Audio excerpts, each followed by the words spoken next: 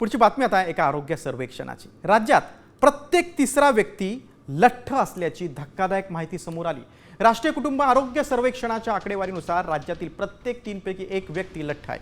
त्यामुळे रक्तातील वाढलेली साखर आणि मधुमेहाचा धोका झपाट्याने वाढतोय। विशेषतः शहरी भागातील परिस्थिती अधिक चिंताजनक बनली। तर दुसरीकडे लोकसंख्येचा एक महत्त्वाचा घटक अजूनही कमी वजनाच्या समस्येशी झुंजत आहे। 2019 ते 21 या वर्षात पुरुषांमध्ये 24.7% इतकं लठ्ठपणाचं प्रमाण होतं।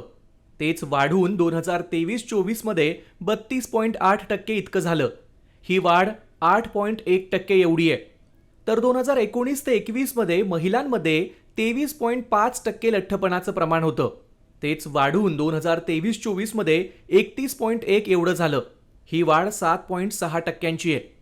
ग्रामीण आणि शहरी भागांचं प्रमाण बघितलं तर ग्रामीण भागात 27.1% पुरुष हे लठ्ठ आहेत, तर शहरी भागात 41.7% पुरुष हे लठ्ठ आहेत।